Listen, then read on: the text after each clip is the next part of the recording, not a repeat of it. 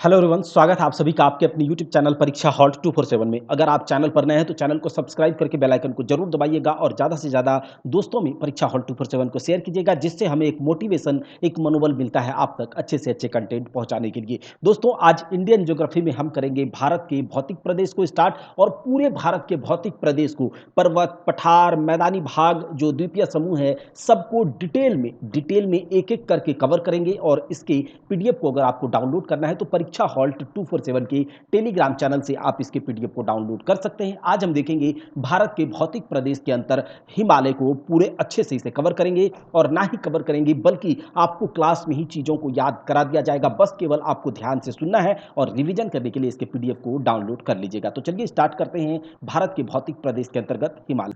भारत के भौतिक प्रदेश, देखिए यह चैप्टर बहुत इंपॉर्टेंट है। क्यों क्यों क्यों यह चैप्टर इंपॉर्टेंट हो जाता है? क्योंकि अगर आपको भारत का ज्योग्राफी, भारत का भूगोल बहुत अच्छे से समझना है, बिना रटे आपको इसके सारे कॉन्सेप्ट को याद करना है, इसके सारे कॉन्सेप्ट को मैप पर रखना है, तो आपको सबसे पहले भारत का भौतिक प्रदेश देखना होगा। इसके पर्वत कहाँ हैं, इसके पठार कहाँ हैं, इसके मरुस्थल कहाँ है, या फिर यहाँ पर जो मैदानी भाग है वो कहाँ पर है, तटीय मैदान कहाँ है, द्वीपीय समूह कहाँ है, उसको मैप पर याद रखना होगा। साथ ही साथ इसका इंपॉर्टेंस क्या है, सब कुछ आपको आपके दिमाग में होना चाहिए, तभी जाकर आप भारत की नदियों को, भारत की कृषि को, भारत की जलवायु और भी चैप्टर्स को आसानी से समझ पाएंगे। तो चलिए स्टार्ट करते हैं भारत के भौतिक प्रदेश। भारत के भौतिक प्रदेश को 6 पार्ट में बांट करके पढ़ा जाता है। कितने पार्ट में? 6 भागों में बांट करके पढ़ा जाता है। सबसे पहले हम बात करेंगे उत्तर का पर्वतीय भाग के बारे में। किसके बारे में? उत्तर के पर्वतीय भाग के बारे में बात करेंगे। माउंटेनस पार्ट ऑफ नॉर्थ, उत्तर का पर्वतीय भाग लगभग 5 लाख स्क्वायर किलोमीटर में फैला हुआ है। 5 लाख स्क्वायर किलोमीटर में फैला हुआ है। वहीं पर उसके बाद आता है उत्तर का मैदानी भाग, नॉर्थ प्लेन्स, जो कि 7.5 लाख स्क्वायर किलोमीटर में फैला हुआ है। 7.5 लाख स्क्वायर किलोमीटर में फैला हुआ है। पश्चिमी मरुस्थल की बात करते हैं, जो राजस्थान वाला रीजन है, तो भारत का जो पश्चिमी साइड है उधर मरुस्थल है, आप जानते हैं। तो मरुस्थल, वेस्टर्न डेजर्ट, ये लगभग 3.58 लाख स्क्वायर किलोमीटर में फैला हुआ है। फिर आता है आपका प्रायद्वीपीय पठार। आप जानते होंगे भारत का जो प्रायद्वीपीय भाग है, वहां पर जो पठार पाए जाते हैं, तो उसके बारे में हम लोग डिटेल में पढ़ेंगे। पेनिनसुलर प्लेटू के बारे में पढ़ेंगे डिटेल में। तटीय मैदान, देखिए समुद्र के किनारे जो भी जगह, स्थल, जिला, राज्य पाए जाते हैं वो क्या कहलाते हैं? तटीय राज्य, तटीय जिला, तटीय स्थान कहलाते हैं। और वहां पर जो मैदान पाया जाएगा वो कोस्टल प्लेन्स हैं, तो किस तरह के वहां पाए जाते हैं, तो उसको भी हम लोग डिटेल में पढ़ेंगे। और लास्ट में पढ़ेंगे द्वीपीय समूह, आइलैंड्स के बारे में। ठीक है, तो ये 6 पार्ट में, टोटल 6 पार्ट में भारत के भौतिक प्रदेश को बांट करके पढ़ा।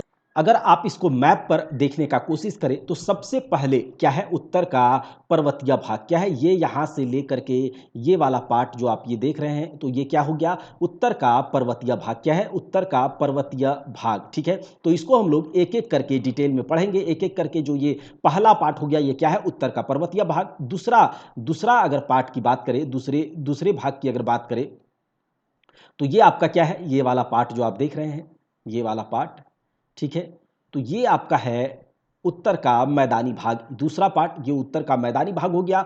तीसरे पार्ट पर हम लोग चलते हैं, और ये तीसरा पार्ट आपका कौन सा है, तो तीसरा पार्ट आपका ये पेनिनसुलर प्लेटू वाला पार्ट, पेनिनसुलर प्लेटू रीजन है। तो ये क्या है, प्रायद्वीपीय पठार वाला पार्ट। तो तीसरा भौतिक प्रदेश भारत का प्रायद्वीपीय पठार वाला भाग है।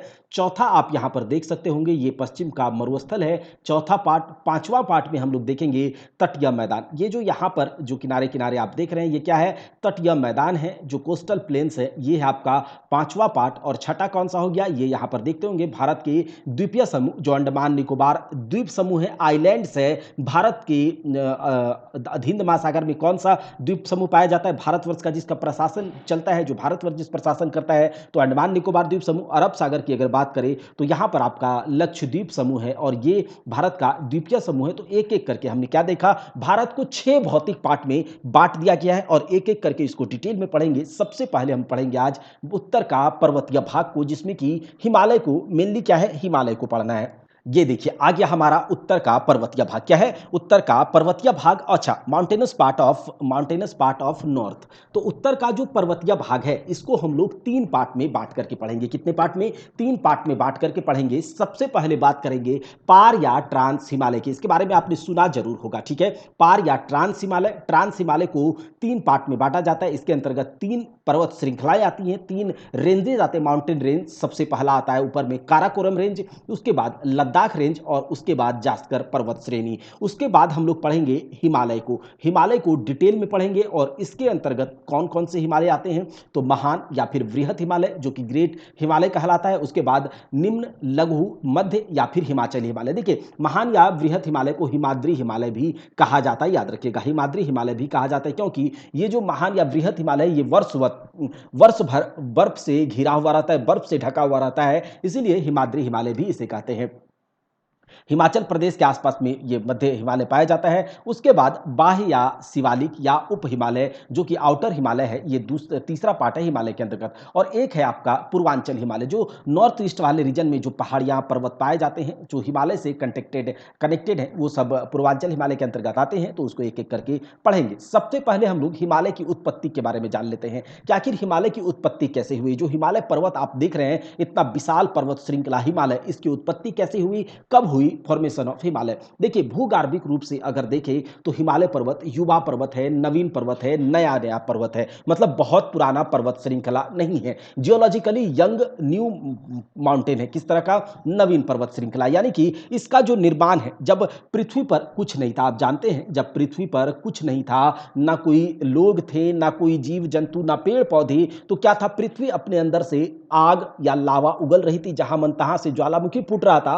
और उस समय जब फूट रहा था तो नीचे से जो मैग्मा लावा निकल करके बाहर आकर के ठंडा होता था तो चट्टान का रूप धारण कर लेता था। क्या था? चट्टान का रूप धारण कर लेता था। तो पहले चट्टान बना, पठार बना, जो भी बना होगा, तो उसके बाद से धीरे धीरे करके लगभग 200-300 करोड़ साल पहले से ये पृथ्वी का निर्माण का प्रक्रिया हुआ। एक एक करके कल्प है, महाकल्प है। जियोलॉजिकली जो आपको पढ़ना होगा, इसका जो भूगर्भिक इतिहास है पृथ्वी का, तब जाकर के आप समझ पाएंगे कि आर्कियन युग क्या है, कैम्ब्रियन युग क्या है, प्री कैम्ब्रियन युग क्या है, सिनोजोइक एरा क्या है, ओलिगोसीन क्या है। तो ये सब आपको टर्शियरी युग क्या है, ये सब तब आप समझ पाएंगे। तो धीरे धीरे करके ये जो समय काल है बढ़ते रहा और लास्ट में जाकर आज से लगभग 7 करोड़ वर्ष से लेकर 1 करोड़ वर्ष तक, ठीक है, हिमालय का निर्माण शुरू हुआ। 7 करोड़ वर्ष से लेकर के 1 करोड़ वर्ष तक हिमालय का निर्माण चलते रहा और 1 करोड़ वर्ष पूर्व हिमालय की सारी श्रृंखलाओं का निर्माण हो चुका था। लेकिन ये 7 करोड़ साल पहले की बात है और उससे भी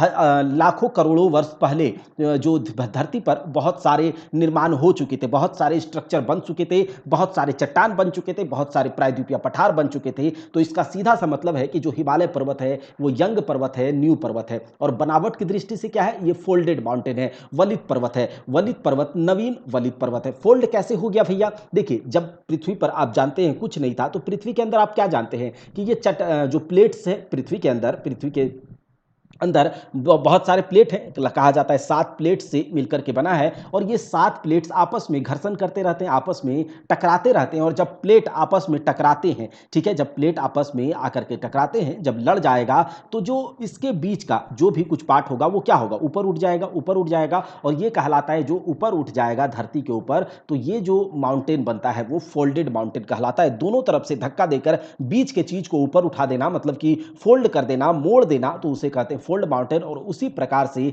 प्लेट्स का जब टकराव हुआ तो उसके बाद जो पर्वत बना है वो हिमालय पर्वत बना है। इसीलिए बनावट की दृष्टि से ये वलित पर्वत है, फोल्ड माउंटेन है। आप कह सकते हैं विश्व की नवीनतम मोड़दार पर्वत श्रृंखला हिमालय को, ठीक है। उसके बाद देखिए हिमालय की निर्माण के लिए दो जो सिद्धांत है, दो साइंटिस्ट या फिर ये कह सकते हैं भूगोलवेताओं का सिद्धांत है। एक तो कोबर और दूसरा है हैरी हेस का। कोबर का भूसन्निहित सिद्धांत और दूसरा है हैरी हेस, एक हैरी हेस नाम के भूगोलवेता थे, हैरी हेस का प्लेट टेक्टोनिक थ्योरी। तो ये दोनों थ्योरी जो है हिमालय के निर्माण के लिए बहुत सर्वमान्य है, लोग इसको मानते हैं। तो चलिए कोबर ने क्या कहा था हिमालय के निर्माण को लेकर के? जियो सिंक्लाइन थ्योरी ऑफ कोबर। तो कोबर साहब ने यह कहा था कि जब पृथ्वी पर कुछ नहीं था, देखिए जब पृथ्वी पर कुछ नहीं था तो इसके नीचे के जो प्लेट्स थे, यहां पर आप देख रहे हैं अभी कहीं यूरोप है, कहीं अफ्रीका है, तो कहीं आप देख रहे हैं क्या, कहीं जो अमेरिका है, ठीक है, अमेरिका है, अफ्रीका है, आपका ये आपका यूरोप है, इधर इधर एशिया है, इधर ऑस्ट्रेलिया है। तो ये क्या है, अलग अलग बन चुके हैं। लेकिन कभी किसी जमाने में ये सारे जो महाद्वीप, जो सारे महादेश आपको दिख रहे हैं, ये सारे महाद्वीप एक थे। क्या थे? एक थे। और इसे कहा जाता था पेंजिया। क्या कहा जाता था? पेंजिया। फिर धीरे धीरे, जैसा कि मैंने कहा, इन प्लेट्स, इसके नीचे के प्लेट्स क्या हो रहे हैं, आपस में घर्षण कर रहे हैं। तो घर्षण कर रहे हैं तो धीरे धीरे ये आप एक दूसरे से दूर जा रहे हैं। क्या हो रहे हैं? दूर जा रहे हैं। और दूर जाते जाते ये पेंजिया जो है दो पार्ट में बट गया। एक बटा नीचे, ऊपर लॉरेशिया और नीचे बना गोंडवाना लैंड। क्या? नीचे बना गोंडवाना लैंड, ऊपर लॉरेशिया, या फिर आप बोल सकते हैं इसको अंगारा लैंड। क्या? अंगारा लैंड। दो पार्ट में ये बट गया, नीचे गोंडवाना लैंड, ऊपर अंगारा लैंड। अब क्या हुआ कि ये ऊपर हो गया अंगारा लैंड, मतलब अंगारा लैंड के अंदर आ जाता है यूरेशियन प्लेट, मतलब यूरोप एशिया वाला प्लेट, उत्तरी अमेरिका वाला प्लेट। तो ये जो है यूरेशिया वाला प्लेट, ठीक है, यूरेशियन प्लेट, और नीचे गोंडवाना लैंड का प्लेट। और गोंडवाना लैंड के प्लेट में ही जो अभी आप प्रायद्वीपीय भारत देख रहे हैं, वो गोंडवाना लैंड के प्लेट का ही भाग है। तो ये सब आपको डिटेल में कहां से मिलेगा? तो जब आपको भूगर्भिक इतिहास पढ़ेंगे तब। तो क्या हुआ कि नीचे गोंडवाना लैंड, ऊपर यूरेशियन प्लेट, या फिर बोल सकते हैं अंगारा लैंड। तो ये दोनों प्लेट आप ये इधर था, ठीक है, ऊपर उत्तर में अंगारा लैंड, नीचे है था आपका गोंडवाना लैंड। और बीच में क्या था? एक टेथिस सागर नाम का एक सागर था। टेथिस सागर। क्या था? टेथिस सागर। और जैसा कि आप जानते हैं, जो प्लेट्स हैं एक दूसरे से दूर, या फिर कुछ प्लेट्स एक दूसरे के नजदीक आ रहा है। जब प्लेट दूर जाता है, घर्षण होता है तो दूर जाता है, और किसी के प्लेट के नजदीक आएगा। तो धीरे धीरे धीरे जो गोंडवाना लैंड से जो इंडियन प्लेट है, क्या हो रहा था? गोंडवाना लैंड से इंडियन प्लेट बाहर जा रहा है, बाहर जा रहा है। और गोंडवाना लैंड और अंगारा लैंड, बीच में क्या है? टेथिस सागर है। बीच में क्या है? टेथिस सागर। तो इधर उत्तर की ओर अंगारा लैंड, दक्षिण की ओर गोंडवाना लैंड, और दोनों पर क्या होगा? नदियां भी होंगी।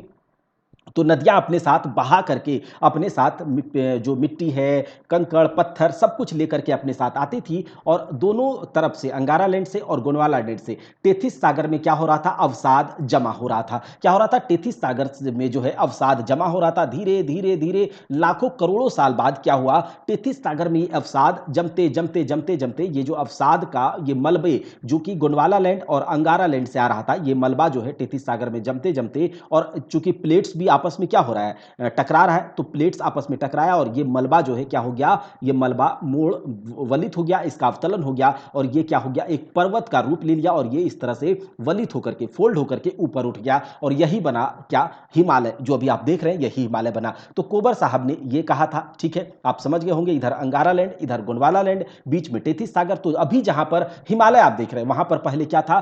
टेथिस सागर था। और टेथिस सागर के भूसन्नति से ही, टेथिस सागर के में जो जमा हुए मलबे अंगारा लैंड और गोंडवाना लैंड में नदियों के द्वारा लाए गए, उसी से बना है हिमालय। तो टेथिस सागर को हिमालय का गर्भगृह या फिर जन्मस्थल भी कहा जाता है, याद रखिएगा, बर्थ प्लेस ऑफ हिमालय। आज से लगभग 7 करोड़ साल पहले की बात है। हिमालय के स्थान पर टेथिस सागर या भूसन्नति थी। अंगारा लैंड या फिर अंगारा लैंड और गोंडवाना लैंड के अवसाद टेथिस सागर में जमा होते रहे, और इन अवसादों का क्रमशः अवतलन होते रहा, और इससे हिमालय का निर्माण हुआ। तो हिमालय की सभी श्रृंखलाओं का निर्माण टर्शियरी युग में हो चुका था। टर्शियरी युग के आते आते हिमालय का सारा जो श्रृंखला है, तो उसका निर्माण हो चुका था। हैरी हेस का प्लेट टेक्टोनिक थ्योरी क्या कहता है? तो इनके द्वारा यह कहा गया कि 7 करोड़ साल पहले, लगभग 7 करोड़ साल से लेकर के, 7 करोड़ साल से लेकर के उससे पहले, ठीक है, ऊपर में क्या था? अंगारा लैंड, या फिर उसी को कह सकते हैं यूरेशियन प्लेट। ऊपर वाला क्या है? यूरेशियन प्लेट, यूरोप और एशिया वाला प्लेट। और नीचे है आपका क्या? Indian plate. इंडियन प्लेट जो आपका प्रायद्वीपीय भारत वाला प्लेट है, इंडियन प्लेट। तो ये क्या हुआ? इंडियन प्लेट यूरेशियन प्लेट की ओर लगातार गति करते रही, लगातार गति करते रही। और एक टाइम क्या हुआ? यूरेशियन प्लेट और जो नीचे वाला कौन सा प्लेट है? इंडियन प्लेट, ये एक दूसरे के एकदम नजदीक आ गया, आते गया आते गया आते गया, इसका प्लेट और इसका प्लेट ये नजदीक आते गया। अब बीच में क्या था? टेथिस सागर, और ये इधर से आ रहा है, ये इधर से आ रहा है। तो दोनों आते आते आते आते क्या किया? बीच में टेथिस सागर को जो ये मलबे थे, उसको धर के दोनों तरफ से चाप दिया, और उसके मलबे उठ गए, और ये बन गए हिमालय। तो यहां पर आप इसको मैप के थ्रू भी देख सकते हैं। जो यूरेशियन प्लेट है, और यूरेशियन प्लेट क्या हो गया? ऊपर वाला पार्ट, और नीचे इंडियन प्लेट ऊपर जाते गया, इधर से ये आते गया, और बीच में जो टेथिस सागर था, उसमें जो मलबे थे वो क्या हो गया? इस तरह से उठ गया। और आप देखते हैं अभी जो हिमालय, भारत के उत्तर भाग में हिमालय जो देख रहे हैं, इसी से इसका निर्माण हुआ था। तो ये सब कुछ बातें हैं जो कि हिमालय की उत्पत्ति से रिलेटेड हैं। अब हम लोग देख लेते हैं ट्रांस हिमालय के बारे में डिटेल में। इसको देखते हैं, ट्रांस हिमालय फिर देखेंगे हम लोग हिमालय के बारे में, तब जाकर के देखेंगे पूर्वांचल हिमालय। तो ट्रांस हिमालय को पार हिमालय भी कहा जाता है, तिब्बत हिमालय श्रेणी भी कहा जाता है। ट्रांस हिमालय का निर्माण देखिए याद रखिएगा, ट्रांस हिमालय का निर्माण टेथिस सागर के में जमे मलबों के कारण नहीं हुआ था, याद रखिएगा। ट्रांस हिमालय का निर्माण यूरेशियन प्लेट में जो अवसादी चट्टानें थी उन सब से हो चुका था। अवसादी चट्टान यानी कि सेडिमेंट्री रॉक्स से हो चुका था, यानी कि हिमालय के निर्माण से पहले ट्रांस हिमालय का निर्माण हो चुका था। यानी कि ट्रांस हिमालय हिमालय से पहले की पर्वत श्रृंखला है, हिमालय से पुरानी पर्वत श्रृंखला है। और ट्रांस हिमालय में जो पर्वत श्रृंखलाएं, जो पर्वत चोटियां हैं, उसकी औसत ऊंचाई की अगर बात करें तो 4500 से 5500 मीटर है। इसके अंतर्गत ट्रांस हिमालय के अंतर्गत 3 समानांतर पर्वत श्रृंखलाएं हैं, जैसे कि काराकोरम, 3 समानांतर पर्वत श्रृंखलाएं काराकोरम, लद्दाख और जास्कर है। और ट्रांस हिमालय का निर्माण हिमालय से पूर्व में हो चुका था, तो इसके बारे में हमने बात कर लिया। देखिए यहां पर आप देख सकते होंगे कि ऊपर वाला पार्ट, ये आपका ऊपर वाला पार्ट है, और भारतवर्ष के एकदम उत्तर में, ठीक है, भारतवर्ष के ऊपर इस तरह से ये आपका कहलाता है पामीर का घाट। क्या? पामीर का घाट या फिर पामीर नोट कहलाता है। और पामीर नोट क्यों, घाट क्यों? एक ऐसा घाट जहां से दो या दो से अधिक स्थलाकृतियां, भौतिक जो सिंबल्स हैं या फिर जो स्ट्रक्चर्स हैं, स्थलाकृतियां यहां से निकल रही हैं, पर्वत श्रृंखलाएं यहां से दो या दो से अधिक निकल रही हैं, इसीलिए इसको कहते हैं पामीर का घाट। और विश्व का छत भी इसे कहा जाता है, याद रखिएगा, पामीर घाट को विश्व का छत भी कहा जाता है। और यहां से पामीर के घाट से जो पश्चिम की ओर कौन सा पर्वत श्रृंखला निकल जाता है? यहां पर आप देख रहे होंगे हिंदू कुश पर्वत श्रृंखला। क्या है? हिंदू कुश पर्वत श्रृंखला। इधर पूरब की ओर एक क्युनलुन पर्वत श्रृंखला जो तिब्बत में चली जाती है, क्युनलुन, ये निकल जाता है। और इधर जो आपका भारतवर्ष में ये आपका पर्वत श्रृंखला आप देख रहे हैं जो कि पामीर घाट से ही निकल रही है, ये आपका है काराकोरम पर्वत श्रृंखला। क्या है? काराकोरम पर्वत श्रृंखला, ये आपका पामीर घाट से निकल रही है। और काराकोरम पर्वत श्रृंखला का ही जो आगे जब हम लोग बढ़ते हैं तो इसके उत्तर पूर्व में, क्या है, इसके उत्तर पूर्व में एक आप पर्वत श्रृंखला कैलाश श्रेणी देखते हैं, ये आपका काराकोरम पर्वत श्रृंखला का ही भाग है। तो अगर आपसे पूछा जाए कि कैलाश पर्वत श्रेणी ट्रांस हिमालय का पार्ट है या नहीं, तो जी हां, ट्रांस हिमालय का पार्ट है। दूसरा, ये काराकोरम का ही आगे जब आता है तो काराकोरम पर्वत श्रृंखला का ही ये भाग है कैलाश पर्वत श्रेणी। तो ऊपर में क्या है? ट्रांस हिमालय में काराकोरम पर्वत श्रेणी, उसके नीचे तो याद रखिएगा, जब आपसे क्रम पूछा जाए तो याद रखिएगा काराकोरम, उसके नीचे लद्दाख, लद्दाख के नीचे है जास्कर श्रेणी, लद्दाख के नीचे जास्कर श्रेणी है। ठीक है, तो इसके बारे में हमने देख लिया, देख लीजिएगा आप मैप में ध्यान से, काराकोरम, लद्दाख और जास्कर। चलिए एक एक करके देखते हैं। काराकोरम, काराकोरम को जो आप देखें ऊपर में, काराकोरम को एशिया की रीढ़ या फिर बैकबोन ऑफ हाई एशिया भी कहा जाता है। काराकोरम को कृष्णगिरी पर्वत भी कहा जाता है, काराकोरम को कृष्णगिरी पर्वत भी कहा जाता है। याद रखिएगा, काराकोरम पर्वत श्रृंखला की सबसे ऊंची चोटी जो है वो गॉडविन ऑस्टिन है। क्या है? गॉडविन ऑस्टिन, जिसे केटू के नाम से भी जाना जाता है। इसकी ऊंचाई 8611 मीटर है। कितना? 8611 मीटर है। लेकिन आपको ऊंचाई उतना ध्यान नहीं रखना है, एग्जाम में नहीं पूछा जाता है, कहीं पर कुछ दे दिया जाता है, कहीं पर कुछ, तो एग्जाम में ऊंचाई नहीं पूछी जाती। तो याद रखिएगा, काराकोरम पर्वत श्रृंखला की जो सबसे ऊंची चोटी है वो है गॉडविन ऑस्टिन, जिसकी ऊंचाई है कि 8611 मीटर, जिसे केटू भी कहा जाता है। और काराकोरम पर्वत श्रृंखला को, काराकोरम पर्वत श्रृंखला में जो सबसे ऊंची चोटी केटू है, इसको गौरीनंदा पर्वत भी कहा जाता है। तो याद रखिएगा, या तो गौरीनंदा पर्वत, गॉडविन ऑस्टिन या फिर केटू। और ये जो काराकोरम है ये विश्व की दूसरी ऊंची सबसे चोटी है,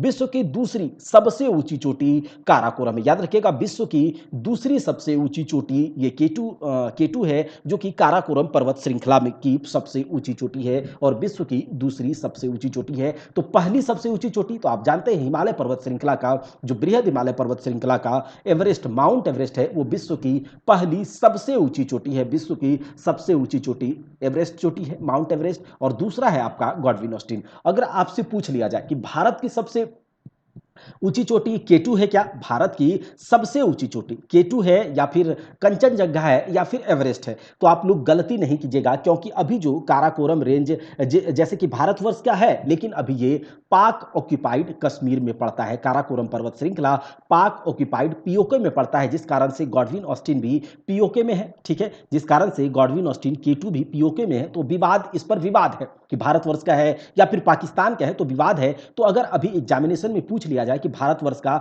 सबसे ऊंचा चोटी गॉडविन ऑस्टिन K2 है, तो आप टिक नहीं करेंगे, ठीक है, आप टिक नहीं करेंगे। अच्छा, काराकोरम पर्वत श्रृंखला के में कुछ ग्लेशियर्स हैं, कुछ हिमानी, कुछ हिमाद्री भी हैं। तो कुछ इंपॉर्टेंट ग्लेशियर के नाम आपको याद होने चाहिए, जो कि सबसे बड़े बड़े 4 ग्लेशियर हैं काराकोरम पर्वत श्रृंखला पर। ग्लेशियर्स जो हिमानी, जो बर्फ के पहाड़ होते हैं, जो बर्फ के चट्टान, एक बहुत बड़ा बर्फ का चट्टान होता है, देख लीजिए कितना बड़ा बर्फ का चट्टान है, लगभग 76 किलोमीटर। तो इतना बड़ा बड़ा जो ग्लेशियर है, तो ये काराकोरम के 4 महत्वपूर्ण ग्लेशियर है, याद रखिएगा। काराकोरम पर्वत श्रृंखला का सियाचिन, बियाफो, हिस्पर, बाल्टोरा, और एक और याद रख लीजिएगा, हुंजा है, ठीक है। सियाचिन, बियाफो, हिस्पर और बाल्टोरा, तो ये काराकोरम पर्वत श्रृंखला के, काराकोरम श्रेणी के, काराकोरम माउंटेन रेंज के ये ग्लेशियर्स हैं। सियाचिन जिसकी लंबाई जो है 76 किलोमीटर है, बियाफो 59 किलोमीटर, हिस्पर 61 किलोमीटर और बाल्टोरा जो है 58 किलोमीटर। ये लंबाई आपको उतना ध्यान नहीं रखना है, बस आपको ये याद रखना है, सियाचिन, बियाफो,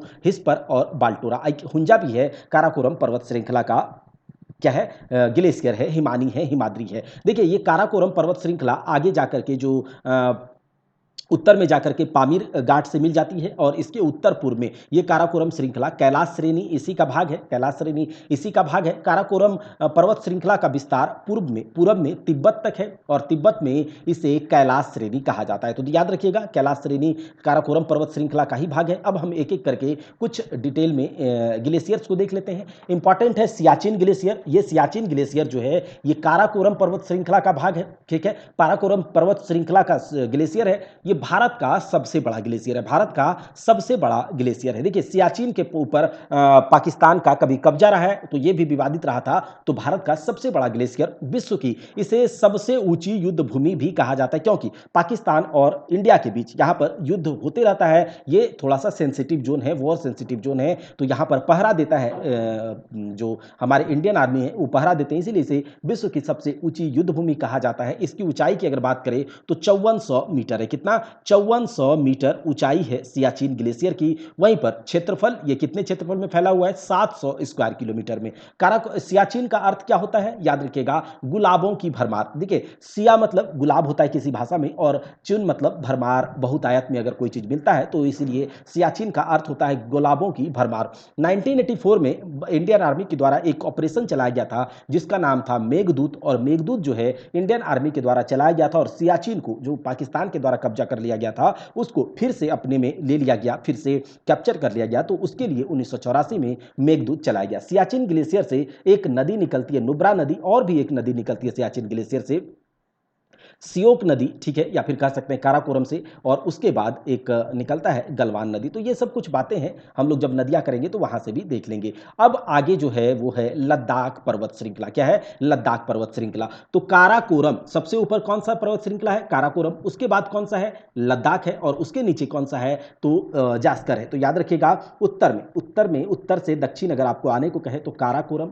लद्दाख और जास्कर पर्वत श्रृंखला। अच्छा, लद्दाख, काराकोरम से कौन कौन सी नदी? काराकोरम के सियाचिन से नुब्रा नदी निकल रही थी, नुब्रा नदी, और उसी के बाद यहां से कौन सा नदी निकलता है? सियोक नदी निकलता है, और एक गलवान नदी निकलता है। याद रखिएगा, गलवान नदी आगे जाकर के सियोक नदी में मिल जाती है। और ये गलवान नदी के बारे में आपने सुना होगा भी कुछ दिन पहले, गलवान घाटी जो इधर वाला पार्ट है, अक्साई चीन वाला है, तो इधर विवाद चलते रहता है। तो गलवान नदी ऊपर क्या हो गया, सियोक नदी भी निकलती है। और जो लद्दाख पर्वत श्रृंखला है, जो लद्दाख पर्वत श्रृंखला है, इसके उत्तर में कौन सी नदी बहती है? याद रख लीजिएगा, इसके एक मिनट, इसको यहां से थोड़ा सा, ये आपका हो गया काराकोरम, उसके बाद आपका है लद्दाख, और उसके नीचे है आपका जास्कर। और इधर ये जो काराकोरम पर्वत श्रृंखला है, इसके आगे क्या होता है? इधर तिब्बत में जो है कैलाश श्रेणी है, और कैलाश श्रेणी से एक नदी निकलती है, उधर ही आसपास से एक नदी निकलती है, सिंधु नदी। तो सिंधु नदी लद्दाख पर्वत श्रृंखला और जास्कर पर्वत श्रृंखला, एक मिनट पेन चेंज कर लेते हैं, लद्दाख पर्वत श्रृंखला और जास्कर पर्वत श्रृंखला के बीच से गुजरते हुए पास करती है। सिंधु नदी लद्दाख श्रृंखला और जास्कर श्रृंखला के बीच से होकर के पास करती है। तो याद रखिएगा, लद्दाख और जास्कर के बीच से कौन सी नदी पास करती है? सिंधु नदी। और ऊपर से हमने क्या देखा? एक नदी निकलती है, सियोक नदी। तो सियोक नदी और सिंधु नदी के बीच लद्दाख पर्वत श्रृंखला का विस्तार है। याद रखिएगा, अगर इसका विस्तार की बात करें तो इसके उत्तर में सियोक नदी है और दक्षिण में सिंधु नदी है। ये इंपॉर्टेंट है। तो लद्दाख पर्वत श्रृंखला उत्तर में सियोक नदी और दक्षिण में इसके सिंधु नदी है। क्या है? लद्दाख का मतलब क्या होता है? तो लद्दाख का मतलब होता है लाख दर्रों का घर। लद्दाख पर्वत श्रृंखला की सबसे ऊंची चोटी, अगर लद्दाख पर्वत श्रृंखला, जैसे कि अभी हमने देखा काराकोरम पर्वत श्रृंखला की सबसे ऊंची चोटी गॉडविन ऑस्टिन थी, उसी प्रकार से लद्दाख पर्वत श्रृंखला की सबसे ऊंची चोटी जो है उसे कहा जाता है राकापोसी। और राकापोसी के बारे में एक इंपॉर्टेंट फैक्ट है कि यह विश्व की सर्वाधिक तीव्र ढाल वाली चोटी है, मतलब most steepest peak of the world. ठीक है, most steepest peak of the world जो है, विश्व की सर्वाधिक तीव्र ढाल वाली चोटी जो है राकापोसी, और ये लद्दाख पर्वत श्रेणी की लद्दाख पठार का सबसे ऊंचा चोटी है। अच्छा, लद्दाख जो पर्वत श्रृंखला है इसके ऊपर जो है पर्वत क्या होता है, उसके ऊपर का पार्ट नुकीला होता है। तो ये लद्दाख पर्वत श्रृंखला का ऊपर का पार्ट धीरे धीरे टूट टूट कर ये क्या हो गया, इस प्रकार से बन गया है, मतलब ये चौकी की टाइप बन गया है। इसीलिए कहा जाता है इसे लद्दाख पर्वत श्रृंखला नहीं कहकर इसे लद्दाख का पठार कहा जाता है, और भारत का ये सबसे ऊंचा पठार है। ठीक है, याद रखिएगा लद्दाख पर्वत श्रृंखला जो लद्दाख कहते हैं, लद्दाख श्रेणी, वो भारत का सबसे ऊंचा पठार है, या फिर इसे मिनी तिब्बत का पठार भी कहा जाता है। घाटी का मतलब क्या होता है? घाटी, घाटी आप जानते होंगे, घाटी वैली, तो दो पहाड़ों के बीच का एक गहरा भाग जिससे होकर के नदियां प्रवाहित होती है उसे घाटी कहा जाता है। तो लद्दाख पठार में, लद्दाख पठार जो पर्वत श्रृंखलाएं होती हैं, लद्दाख पर्वत श्रृंखलाएं, तो उन पठारों के बीच कौन कौन सी घाटी बनती है? तो नुब्रा नदी नुब्रा घाटी बनाती है, पूगा घाटी और सेचर गैप घाटी। तो याद रखिएगा लद्दाख पठार में हमें पाया जाता है नुब्रा घाटी, पूगा घाटी और सेचर गैप घाटी। यहां से आप देख लीजिए कि जो ऊपर में क्या हो गया, पामीर गांठ या पामीर ग्रंथि कहा जाता है। पामीर ग्रंथि से इस साइड में आपका किधर तिब्बत की ओर क्युनलुन पर्वत श्रृंखला निकल गया, इस साइड में आपका हिंदू कुश पर्वत श्रृंखला, और इधर आपका क्या निकल गया, काराकोरम पर्वत श्रृंखला। काराकोरम जो कि ट्रांस हिमालय के अंतर्गत आता है, और ये काराकोरम आगे बढ़कर तिब्बत में यही आपका कैलाश पर्वत श्रेणी है, उसके नीचे आपका लद्दाख है, और उसके नीचे जास्कर श्रेणी। क्या है? जास्कर श्रेणी है। तो याद रखिएगा ये। अब कैलाश पर्वत श्रेणी से कहीं से क्या होता है, एक सिंधु नदी निकलती है, और ये लेह और जास्कर के बीच, लेह श्रेणी और जास्कर श्रेणी के बीच से होकर के पास करती है सिंधु नदी। और याद रखिएगा सिंधु नदी के दाहिने भाग पर एक शहर बसता है लद्दाख के आसपास, जिसका नाम है लेह। क्या है? जिसका नाम है लेह। और लेह जो यहां पर है, और जास्कर पर्वत श्रृंखला में एक दर्रे का निर्माण हुआ है, एक दर्रा है जिसका नाम है जोजिला दर्रा। क्या है? जिसका नाम है, जास्कर पर्वत श्रृंखला में एक दर्रा है जिसका नाम है जोजिला दर्रा, और इस दर्रे से होकर के जो रोड पार करती है उसको नाम दिया गया है NH1। क्या दिया गया है? NH1। और ये जो जोजिला दर्रा है वो किसको किसको मिलाती है? तो वो श्रीनगर को लेह से मिलाती है। वो श्रीनगर यहां से जो पास करती है रोड, वो कौन से रोड पास करती है? NH1। और वो किसको जोड़ती है? श्रीनगर को लेह से। ये NH1 उरी से होते हुए श्रीनगर, और श्रीनगर से लेह को जाती है। और याद रखिएगा जोजिला दर्रा जास्कर श्रेणी में पाया जाता है, और जास्कर श्रेणी में NH1 से होते हुए श्रीनगर से लेह को जोड़ता है जोजिला दर्रा। लेह जो है भारत का सबसे कम वर्षा वाला स्थान है। क्यों? क्योंकि इसके दक्षिण में हिमालय पर्वत श्रृंखला है, बृहद हिमालय पर्वत श्रृंखला, बहुत ऊंचे ऊंचे यहां पर चोटियां हैं। अब यहां से क्या होगा, ये नमी को रोक लेगा और इधर वर्षा कम होने देता है, इसीलिए कहा जाता है भारत का सबसे कम वर्षा वाला स्थान कौन सा है? लेह है। क्या है? लेह है। और सबसे उच्च गुणवत्ता वाला, याद रखिएगा, सबसे हाई क्वालिटी वाला कोयला भी लेह लद्दाख श्रेणी में ही पाया जाता है। सबसे हाई क्वालिटी वाला कोयला जो है वो लद्दाख श्रेणी में, एंथ्रेसाइट लद्दाख श्रेणी में ही पाया जाता है। अब हम लोग देख लेते हैं जास्कर पर्वत श्रृंखला के बारे में। जास्कर पर्वत श्रृंखला सबसे जो दक्षिणी पर्वत श्रृंखला है ट्रांस हिमालय का, याद रखिएगा ट्रांस हिमालय का सबसे दक्षिणी छोर वाला पर्वत श्रृंखला जो है वो जास्कर पर्वत श्रृंखला है। और जास्कर पर्वत श्रृंखला में एक द्रास नाम का जगह पाया जाता है। क्या है? जास्कर पर्वत श्रृंखला में एक द्रास नाम का जगह पाया जाता है जो कि जम्मू कश्मीर में स्थित है। क्या है? द्रास नाम का एक जगह जम्मू कश्मीर में पाया जाता है, वो जास्कर पर्वत श्रृंखला में पाया जाता है द्रास नाम का स्थल। वो क्यों इंपॉर्टेंट है? क्योंकि वो भारत का सबसे ठंडा स्थल है, भारत का सबसे ठंडा स्थल है। और यही जास्कर पर्वत श्रृंखला से, याद रखिएगा, जास्कर पर्वत श्रृंखला से शेषनाग बेरीनाग झील भी इसी श्रृंखला से निकलती है। ठीक है, शेषनाग बेरीनाग झील भी इसी श्रृंखला में स्थित है। और शेषनाग झील से झेलम नदी निकलती है। याद रखिएगा शेष, आगे हम लोग जब नदियां करेंगे तो वहां भी डिटेल में इसको देखेंगे, लेकिन यहां पर हम क्या देख रहे हैं? जास्कर पर्वत श्रृंखला, और जास्कर पर्वत श्रृंखला में शेषनाग बेरीनाग झीलें इसी पर्वत श्रृंखला में है, और शेषनाग झील से झेलम नदी निकलती है, झेलम नदी निकलती है। और ये जो झेलम नदी है, झेलम नदी जो यहां से निकलती है, जब हम लोग डिटेल में नदियां देखेंगे तो झेलम नदी जब जास्कर पर्वत से शेषनाग झील से निकलती है तो झेलम नदी जो है वहाँ कश्मीर घाटी, पीर पांजाल के आसपास में कश्मीर घाटी का निर्माण करती है झेलम नदी। घाटी क्या होती है उसके बारे में तो हमने बता दिया कि दो पर्वत श्रृंखलाओं के बीच जब जो है घाटी बनता है, गहरा क्षेत्र, और वहाँ से नदियाँ प्रवाहित होती है, तो ये नदियाँ जो है दो प्रवाहित श्रृंखलाओं के बीच में एक नदी जो घाटी है, घाटी बनता है गहरा गड्ढा,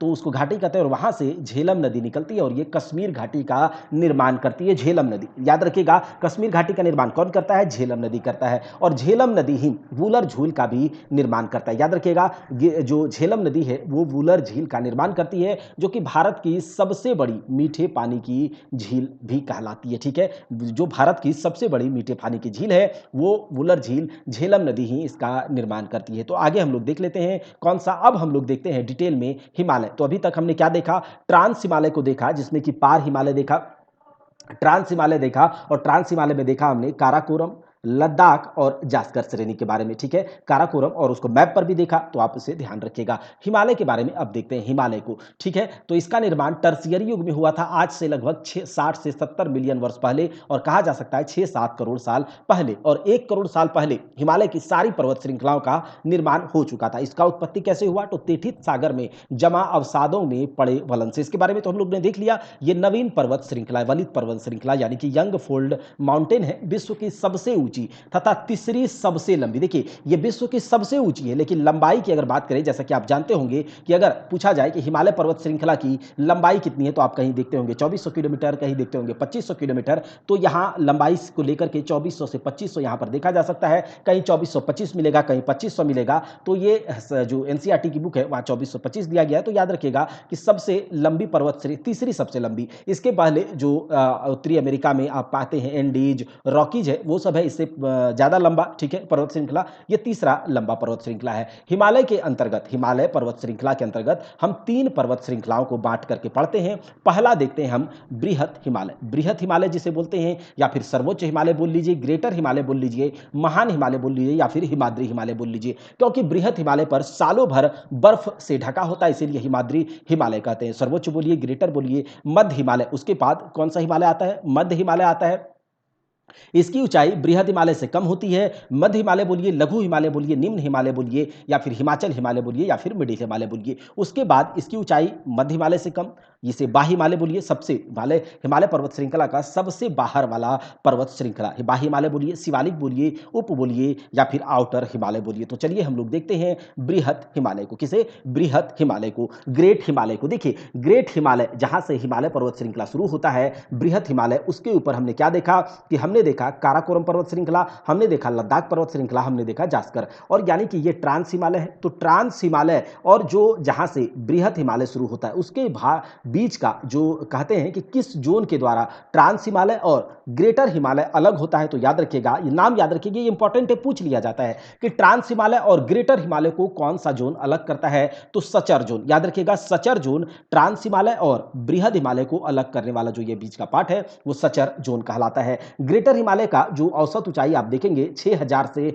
6100 मीटर, इसकी औसत ऊंचाई है 2400 से 2500 किलोमीटर। बृहद हिमालय का 2400 से 2500 किलोमीटर इसकी लंबाई है, और 120 से 190 किलोमीटर चौड़ाई औसत। ये सारा है औसत चौड़ाई। ठीक है, औसत लंबाई, औसत लंबाई, औसत चौड़ाई, औसत ऊंचाई, क्योंकि कहीं पर आप देखेंगे 250 किलोमीटर भी ये चौड़ा है, जैसे कि इस पार्ट में, जो पश्चिम वाले पार्ट में जब हिमालय है ये बहुत चौड़ा है, जैसे जैसे ये पूरब की ओर जाते जाता है तो इसका जो संकरी होते जाता है और इसकी ऊंचाई बढ़ते जाती है। इधर क्या है, ये चौड़ा बहुत होता है, लेकिन ये ऊंची उतनी नहीं होती, लेकिन जैसे जैसे इधर आते जाएंगे, जैसे जैसे आते जाएंगे तो ये संकरा होते जाता है, इसकी ऊंचाई बढ़ते जाती है, लेकिन इसकी चौड़ाई क्या होती है, कम होते जाती है। और आगे आप देखेंगे कि ज़्यादा ऊंची ऊंची चोटी आप इस पार्ट में ही आपको देखने को मिलेगा, जैसे कि एवरेस्ट है, मकालू है, धौलागिरी है, अन्नपूर्णा है। तो इस सब के बारे में बात करते हैं। तो जो बृहत हिमालय है इसका विस्तार कहां से कहां तक है? बृहत हिमालय का विस्तार पश्चिम में नंगा पर्वत से लेकर पूरब में नामचा बरवा तक है।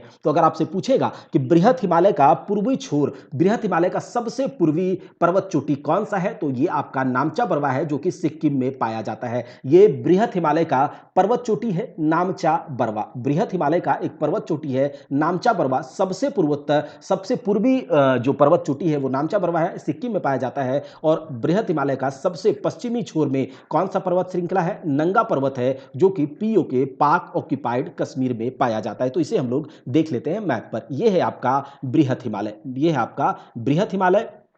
और बृहद हिमालय के पश्चिमी छोर पर यह आपका नंगा पर्वत है। कौन सा? नंगा पर्वत। और ये पीओके में पाया जाता है, पाक ऑक्यूपाइड कश्मीर में। और बृहद हिमालय आगे इस तरह से टूट करके आगे इधर पाकिस्तान में, यही बृहद हिमालय का ही पार्ट आपको पाकिस्तान में सुलेमान और किरथर पहाड़ी के रूप में देखने को मिलता है। ये जो बृहद हिमालय है, जब पश्चिम से पूरब की ओर हम लोग जाते हैं, पश्चिम से पूरब की ओर इस तरह से जाते हैं, तो ये लगभग 2500 किलोमीटर ये फैला हुआ है। 2500 किलोमीटर लंबे क्षेत्र में ये फैला हुआ है। और इसकी चौड़ाई, जैसा कि हमने बात किया, औसत चौड़ाई 120 से 190 किलोमीटर, और इसकी जो औसत ऊंचाई है 6000 से 6100 मीटर है। 6000 से 6100 मीटर। उसके बाद इसकी जो पूरब, पश्चिम से पूरब अगर आपसे पूछ लिया जाए, कुछ पर्वत चोटियां हैं, जैसे कि कॉमेट है, त्रिशूल है, नंदा देवी। सबसे पश्चिम में कौन है? नंगा पर्वत है। उसके बाद आप उत्तराखंड में देखेंगे कॉमेट है, कॉमेट के बाद त्रिशूल है, त्रिशूल के बाद नंदा देवी है। और ये उत्तराखंड के बाद कहां चला जाता है? नेपाल में एंट्री मार लेता है। नेपाल में अन्नपूर्णा पर्वत, धौलागिरी पर्वत, आपका मकालू पर्वत और माउंट एवरेस्ट चोटी। और उसके बाद सिक्किम और नेपाल, सिक्किम और नेपाल के सीमा पर, एकदम सिक्किम के उत्तर वाले पार्ट में और नेपाल के सीमा पर, बॉर्डर पर एक पर्वत चोटी पाया जाता है जिसे कंचनजंगा कहते हैं। और इसे ही भारत का सबसे ऊंची चोटी भी कहा जाता है। भारत की सबसे ऊंची चोटी। अभी हमने पहले देखा था कि जो काराकोरम में गॉडविन ऑस्टिन है, वो K2 विश्व की दूसरी सबसे ऊंची चोटी है। उसे भारत का सबसे ऊंचा चोटी क्यों नहीं कहते? क्योंकि इसके बारे में हमने बात किया, क्योंकि वो पीओके में है। लेकिन अगर निर्विवादित रूप से कोई विवाद ना हो जिस पर, तो वो भारत का सबसे ऊंचा चोटी आपका कंचनजंगा है, जो कि सिक्किम में पाया जाता है। आगे इसे बढ़ाते हैं, और ये भारत का सबसे पूर्वोत्तर छोर में जो बृहद हिमालय का एक पर्वत चोटी है, जिसे नामचा बरवा कहते हैं, और उसका नाम है, ये अरुणाचल प्रदेश में पाया जाता है। अरुणाचल प्रदेश में, कौन से? अरुणाचल प्रदेश में पाया जाता है। और कंचनजंगा सिक्किम में पाया जाता है। कंचनजंगा सिक्किम में। तो याद रख लीजिएगा, नंगा पर्वत, कॉमेट, त्रिशूल, नंदा देवी ये उत्तराखंड में है, और अन्नपूर्णा, धौलागिरी, मकालू, माउंट एवरेस्ट ये नेपाल में है, कंचनजंगा सिक्किम में है, और नामचा बरवा आपके अरुणाचल प्रदेश में है। अगर पर्वत चोटी को ऊंचाई के आधार पर घटते क्रम में अगर देखें, तो सबसे पहले बात करेंगे माउंट एवरेस्ट की ऊंचाई। बृहद हिमालय में माउंट एवरेस्ट, ये बात कर रहे हैं हम लोग बृहद हिमालय की। एक तो हिमालय पर्वत श्रृंखला, और हिमालय पर्वत श्रृंखला में बृहद हिमालय की हम लोग बात कर रहे हैं। इसके पहले हमने ट्रांस हिमालय की बात किया था। तो ट्रांस हिमालय में गॉडविन ऑस्टिन जो पर्वत चोटी है, विश्व की दूसरी सबसे पर्वत चोटी है, तो वो ट्रांस हिमालय का पार्ट है, वो बृहद हिमालय का पार्ट या हिमालय का पार्ट नहीं है। ठीक है, तो यहां पर हिमालय, बृहद हिमालय के पर्वत चोटी ऊंचाई के आधार पर अगर घटते क्रम में देखें, तो सबसे ऊंची चोटी माउंट एवरेस्ट है। और इसका माउंट एवरेस्ट कहां पाया जाता है? क्या भारत में है? तो नहीं, माउंट एवरेस्ट नेपाल में पाया जाता है। माउंट एवरेस्ट की चोटी नेपाल में पाई जाती है, और इसकी औसत ऊंचाई 8848 मीटर, कहीं आप देखेंगे तो कहीं आप 8850 मीटर देखेंगे। तो ऊंचाई में कंफ्यूज नहीं होइएगा, ऊंचाई आपसे नहीं पूछा जाएगा, लेकिन आप ये दोनों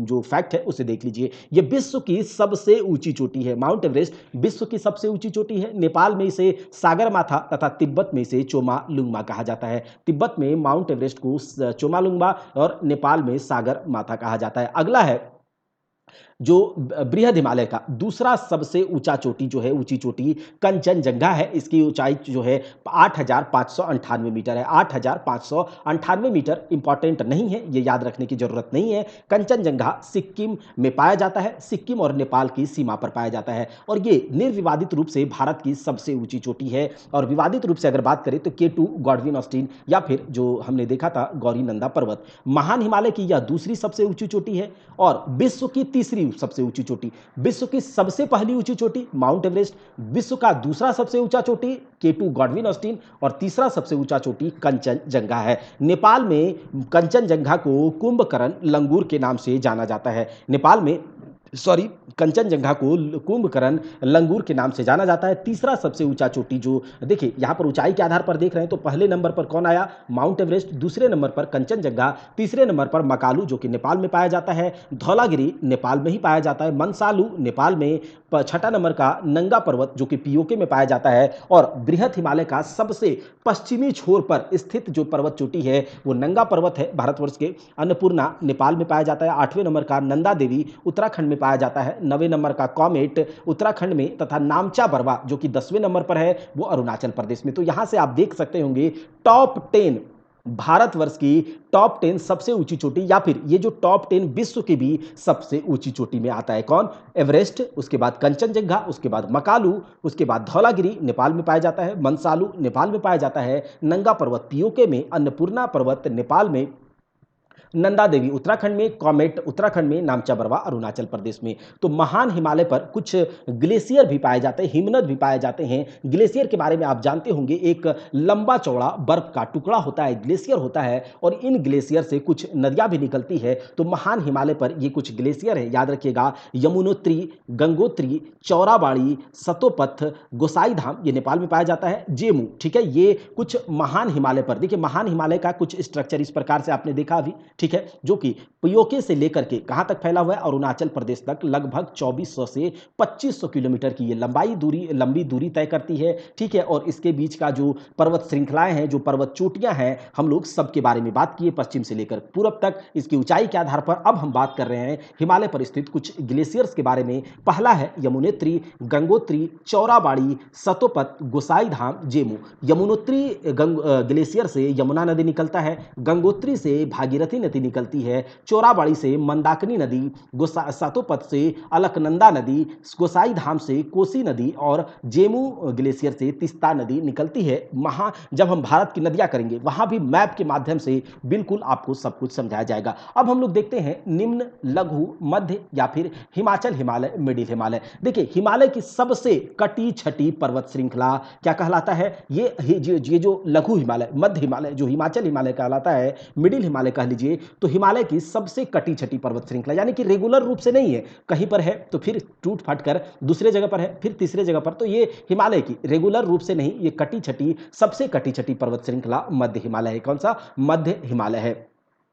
बृहत हिमालय ऊपर में क्या है? मध्य हिमालय। लघु हिमालय के उत्तर में कौन सा हिमालय है? बृहत हिमालय है, ग्रेटर हिमालय है, और उसके बाद लघु हिमालय है। तो बीच का जो जोन है, जिस जोन के द्वारा बृहत हिमालय और लघु हिमालय अलग होता है, उसे कहा जाता है मेन सेंट्रल थ्रस्ट। आगे हमने देखा था बृहत हिमालय और ट्रांस हिमालय के बीच के जोन को क्या देखा था? सचर जोन, सचर गैप के द्वारा अलग होता है। वहीं पर ये जो बृहद हिमालय और लघु हिमालय के बीच मेन सेंट्रल थ्रस्ट, याद रख लीजिएगा, ठीक है। अब हम लोग देख लेते हैं लघु हिमालय को। किसको?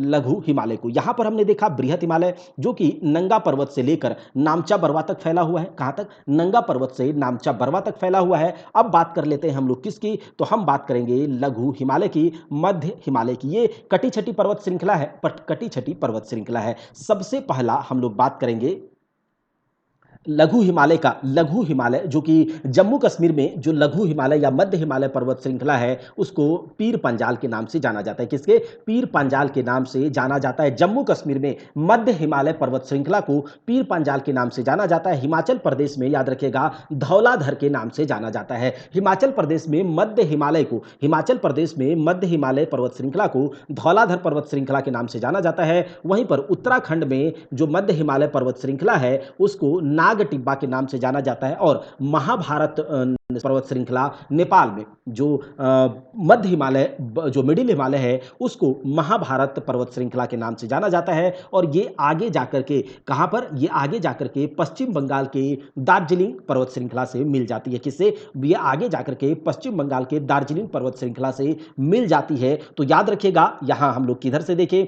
सबसे पश्चिम छोर, जो मध्य हिमालय का सबसे पश्चिम छोर, किसको हमने देखा? जम्मू कश्मीर में पीर पंजाल पर्वत श्रेणी। और पीर पंजाल पर्वत श्रेणी हिमालय पर्वत श्रेणी का ही भाग है। और हिमालय में किसका? मध्य हिमालय पर्वत श्रेणी को जम्मू कश्मीर में पीर पंजाल कहा जाता है। याद कीजिए, हिमाचल प्रदेश में धौलाधर कहा जाता है, नाग टिब्बा उत्तराखंड में, और नेपाल में महाभारत। अच्छा, इन पर्वत श्रृंखलाओं के बीच, जैसा कि मैंने कहा, गहरे गड्ढे का निर्माण होता है। जब पर्वत श्रृंखलाएं आपस में टूटती है तो बीच का भाग क्या होता है? जब भाग जाती है तो बीच का भाग नीचे धंस जाता है, और इससे गहरे गड्ढों का निर्माण होता है। इसे घाटी कहा जाता है। और धौलाधर और पीर पंजाल श्रेणी के बीच एक घाटी का निर्माण होता है, जिसको कहा जाता है कुल्लू कांगड़ा घाटी। धौलाधर हिमाचल प्रदेश, पीर पंजाल जम्मू कश्मीर के बीच एक घाटी का निर्माण होता है, जिसको कुल्लू कांगड़ा घाटी कहा जाता है। अच्छा, यहाँ झेलम नदी, झेलम जो पीर पंजाल पर्वत श्रेणी और जो इसके ऊपर आपका पर्वत श्रेणी कोई होगा, उसके बीच जो है एक घाटी का निर्माण होता है कश्मीर घाटी, और कश्मीर घाटी हमने अभी देखा था, कश्मीर घाटी से कौन नदी पास करती है? झेलम नदी। जैसा कि हमने देखा था, झेलम नदी कश्मीर घाटी का निर्माण करती है। तो पीर पंजाल के पास में कश्मीर घाटी है और यहाँ पर झेलम, इससे झेलम नदी निकलती है। धौलाधर और पीर पंजाल के बीच कौन सी घाटी है? कुल्लू कांगड़ा घाटी, यहाँ से व्यास नदी निकलती है। नाग टिब्बा और धौलाधर के बीच कौन सी घाटी है? मसूरी घाटी, यहाँ से यमुना नदी निकलती है। और महाभारत नेपाल में जो महाभारत पर्वत श्रृंखला है और नाग टिब्बा जो उत्तराखंड में है, उसके बीच में काठमांडू घाटी है और यहाँ से बागमती नदी पास करती है। तो ये क्या था? लघु हिमालय के बारे में बात किया। अब हम लोग देखते हैं बाह्य या शिवालिक हिमालय, जैसे कि उप हिमालय या आउटर हिमालय। देखिए ये सबसे नवीनतम पर्वत श्रृंखला है। क्या है? सबसे नवीनतम। जब हम हिमालय की बात करें तो हिमालय पर्वत श्रृंखला ही नवीनतम है, लेकिन हिमालय में सबसे पहले, जैसा कि आपने देखा कि कैसे इसका निर्माण हुआ, तो नीचे से कौन सा प्लेट? इंडियन प्लेट, ऊपर से यूरेशियन प्लेट, और जब आपस में टकराया होगा तो बीच के जो टेथिस सागर के मलबे हैं, सबसे पहले जहां पर टक्कर मारा गया होगा तो एकदम फड़ाक ले फोल्ड होकर के जो बना पर्वत श्रृंखला, एकदम ऊंचा वाला पर्वत श्रृंखला, वो बृहद हिमालय पर्वत श्रृंखला है। लेकिन लगातार इन चट्टानों के बीच में टकराव चलते रह रहा है और टकराव चलते चलते उसके बाद कौन सा पर्वत श्रृंखला बना? मध्य हिमालय। उसके बाद जो बना है वो आपका बना है लघु हिमालय, बाह्य हिमालय, शिवालिक हिमालय। तो सबसे नवीनतम, सबसे लास्ट में कौन सा पर्वत श्रृंखला बना? सबसे लास्ट में आपका बना है शिवालिक पर्वत श्रृंखला, शिवालिक पर्वत श्रृंखला। अच्छा, मध्य हिमालय तथा शिवालिक पर्वत श्रृंखला, जो मध्य हिमालय या फिर शिवालिक हिमालय है, उसके बीच के जोन को, या किस जोन के द्वारा मध्य हिमालय और शिवालिक हिमालय अलग होता है? तो याद रखिएगा, मेन बाउंड्री फॉल्ट के द्वारा। याद कीजिए फिर से, जो ट्रांस हिमालय है और बृहद हिमालय है, उसके बीच कौन सा? Suture zone. बृहद हिमालय, मध्य हिमालय के बीच मेन सेंट्रल थ्रस्ट, और मध्य हिमालय और शिवालिक हिमालय के बीच मेन बाउंड्री फॉल्ट जोन के द्वारा यह अलग होता है।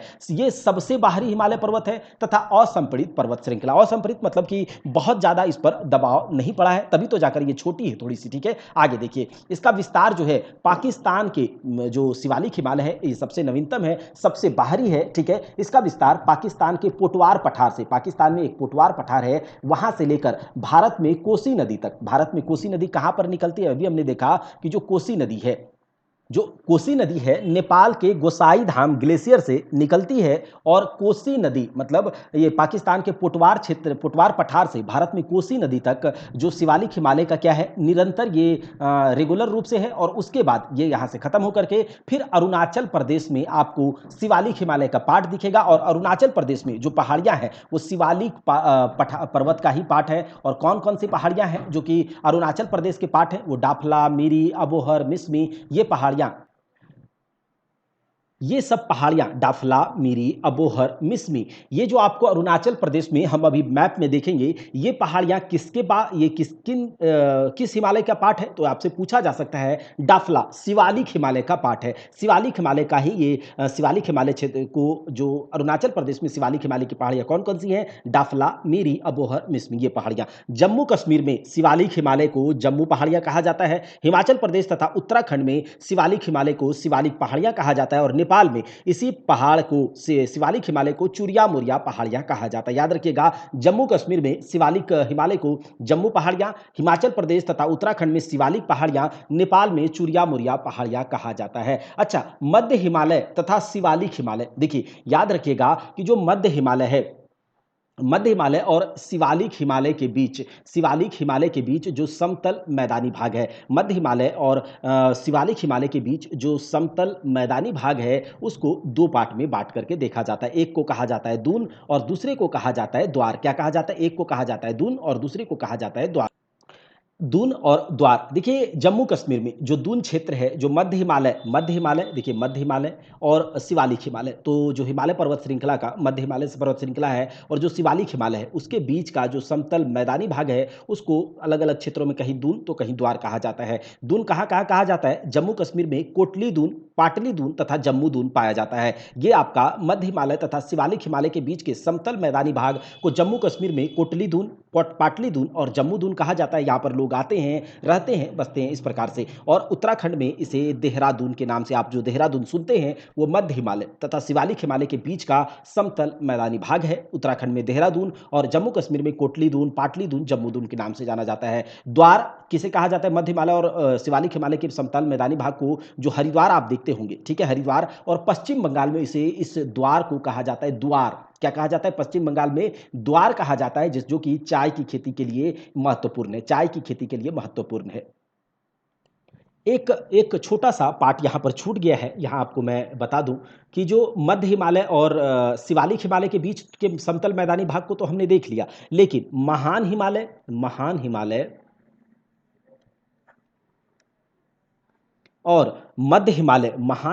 और मध्य हिमालय के बीच के समतल मैदानी भाग को क्या कहा जाता है? समतल मैदानी भाग को क्या कहा जाता है? तो एक तरफ कहा जाता है जम्मू कश्मीर में उसे मर्ग कहा जाता है। क्या कहा जाता है? जम्मू कश्मीर में मर्ग कहा जाता है और उत्तराखंड में उसी को बुग्याल के नाम से जाना जाता है। बुग्याल के नाम से जाना जाता है किसके? महान हिमालय और मध्य हिमालय के बीच के समतल मैदान को। देखिए, इसे जम्मू कश्मीर में मर्ग कहा जाता है और यहाँ उत्तराखंड में बुग्याल कहा जाता है। देखिए, ये जो पार्ट है महान हिमालय, मध्य हिमालय के आसपास के पार्ट, देखिए महान हिमालय वगैरह में तो बहुत ज़्यादा बर्फ, लेकिन मध्य हिमालय में जो यहाँ पर ना बहुत ज़्यादा 3-4 महीने यहाँ पर बर्फ़बारी होती है, उसके बाद गर्मी के मौसम में इधर क्या होता है, बहुत ही मतलब कहा जा सकता है कि बहुत मध्य हिमालय में बहुत मनोरम यहाँ का मौसम होता है, बहुत खुशनुमा मौसम होता है और लोग वहाँ छुट्टियाँ बिताने जाते हैं। आप जानते होंगे मध्य हिमालय में बहुत सारे हिल स्टेशन भी पाए जाते हैं। मध्य हिमालय में बहुत सारे हिल स्टेशन भी पाए जाते हैं और वहाँ लोग गर्मियों की छुट्टियाँ मनाए जाते हैं। जैसे कि जम्मू कश्मीर में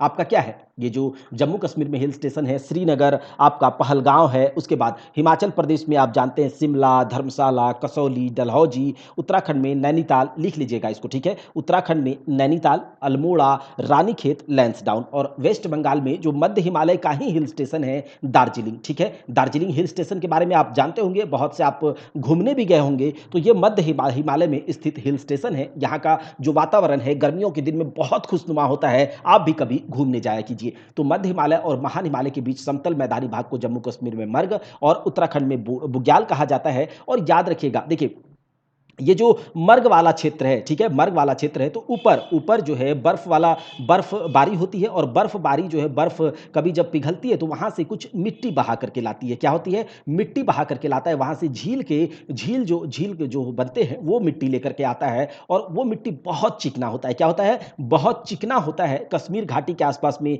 ये मिट्टी पाई जाती है, जिसको करेवा कहा जाता है। क्या कहा जाता है? करेवा। याद रखिएगा, करेवा मिट्टी, ठीक है, जो कि एक तरह से कहा जाता है कि ऊपर में जो झील है, बृहद हिमालय वगैरह में झील, उसके निक्षेप होते हैं ये करेवा मिट्टियां, ठीक है, करेवा उसके निक्षेप होते हैं, या फिर ये कहें कि ये हिमानयकृत, क्या है, हिमानीकृत चिकनी मिट्टी है। बहुत चिकना होता है, बहुत चिकना, बहुत छोटे-छोटे कण इसमें होते हैं और ये बहुत उपजाऊ मिट्टी होती है। क्या होती है? बहुत उपजाऊ मिट्टी होती है और उपजाऊ होने के कारण इस क्षेत्र में केसर की खेती के लिए ये प्रसिद्ध है। किसके लिए? केसर की खेती के लिए ये प्रसिद्ध है। आप लोग इसे जानते होंगे, केसर की खेती के लिए ये प्रसिद्ध है, ठीक है? तो यहाँ से केसर की खेती। दूसरा ये बात कि इस क्षेत्र में लिग्नाइट भी मिलने के प्रमाण मिले हैं। लिग्नाइट मिलने के भी प्रमाण मिले हैं। जैसे कि मर्ग में आप देखे होंगे, गुलमर्ग के बारे में आपने सुना होगा, सोनमर्ग के बारे में आपने सुना होगा, तो ये सब क्या है?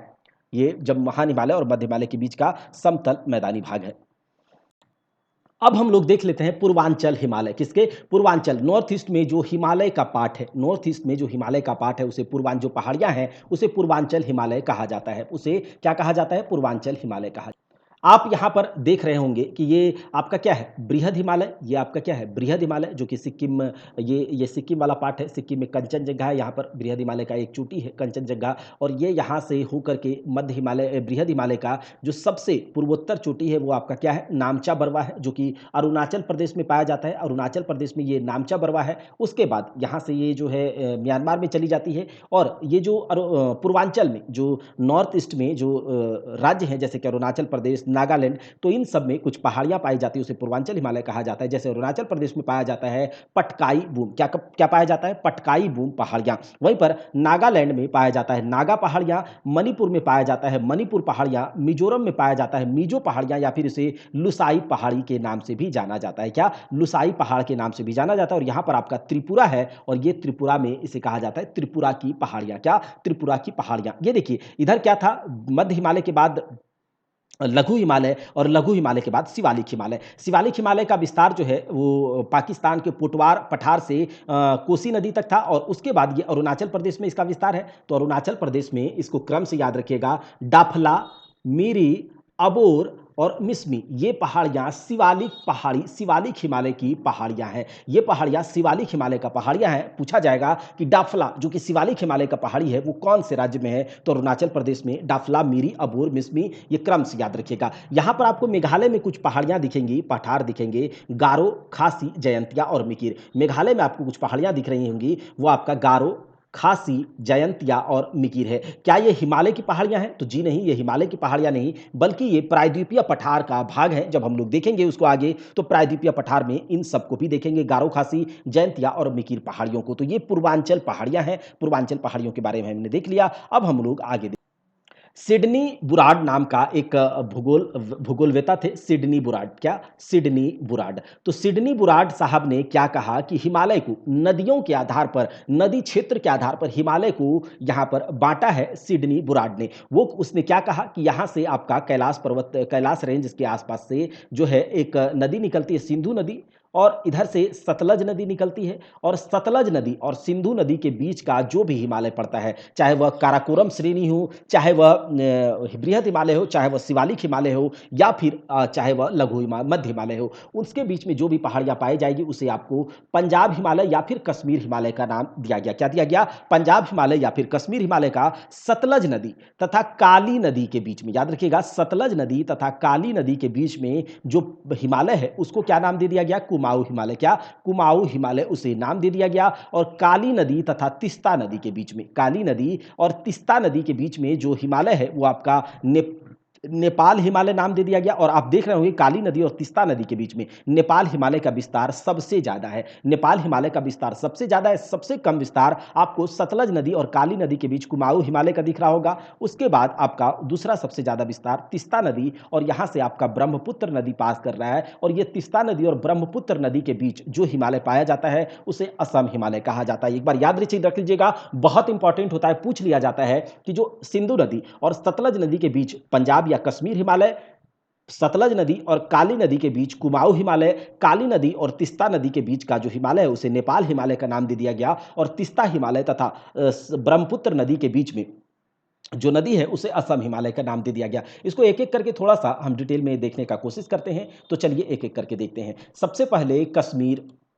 या फिर पंजाब हिमालय। कश्मीर या पंजाब हिमालय, ये सतलज, इसके बारे में तो हम लोग जानते हैं, सतलज तथा सिंधु नदी के बीच में इसका विस्तार है। उसके बाद इसकी लंबाई की अगर बात करें तो कुल 560 किलोमीटर लंबे क्षेत्र में कश्मीर या पंजाब हिमालय फैला हुआ है। और हिमालय की चौड़ाई देखिए, हम जानते हैं कि जो हिमालय है वो पश्चिम की ओर चौड़ा है, और पूरब की ओर जाते जाते ये क्या होता है? स्टीपेस्ट होता है, संकरी होते जाती है, और ये ऊंचा होगा लेकिन चौड़ाई इसकी कम होती जाती है। तो सबसे ज्यादा चौड़ाई आपका कश्मीर या पंजाब हिमालय के में दिखेगा। कश्मीर की हिमालय की चौड़ाई सर्वाधिक आपको कश्मीर या पंजाब हिमालय में देखने को मिलेगी। ये सब कुछ फैक्ट है। 250 से 400 किलोमीटर की चौड़ाई आपको हिमालय की इधर दिखेगी। कश्मीर तथा हिमाचल प्रदेश में, कश्मीर तथा हिमाचल प्रदेश में कुल इसका विस्तार है, ये फैला हुआ है कश्मीर तथा हिमाचल प्रदेश में। यहाँ पर जो कुछ पहाड़ियाँ पाई जाती है, जैसे कि ट्रांस हिमालय आपका पंजाब या कश्मीर हिमालय में पाया जाता है, पीर पांजाल श्रेणी, धौलाधर श्रेणी, ये सब का है कश्मीर हिमालय में पाया जाएगा। कश्मीर हिमालय करेवा के लिए प्रसिद्ध है, जैसा कि अभी हमने देखा था करेवा मिट्टी के बारे में।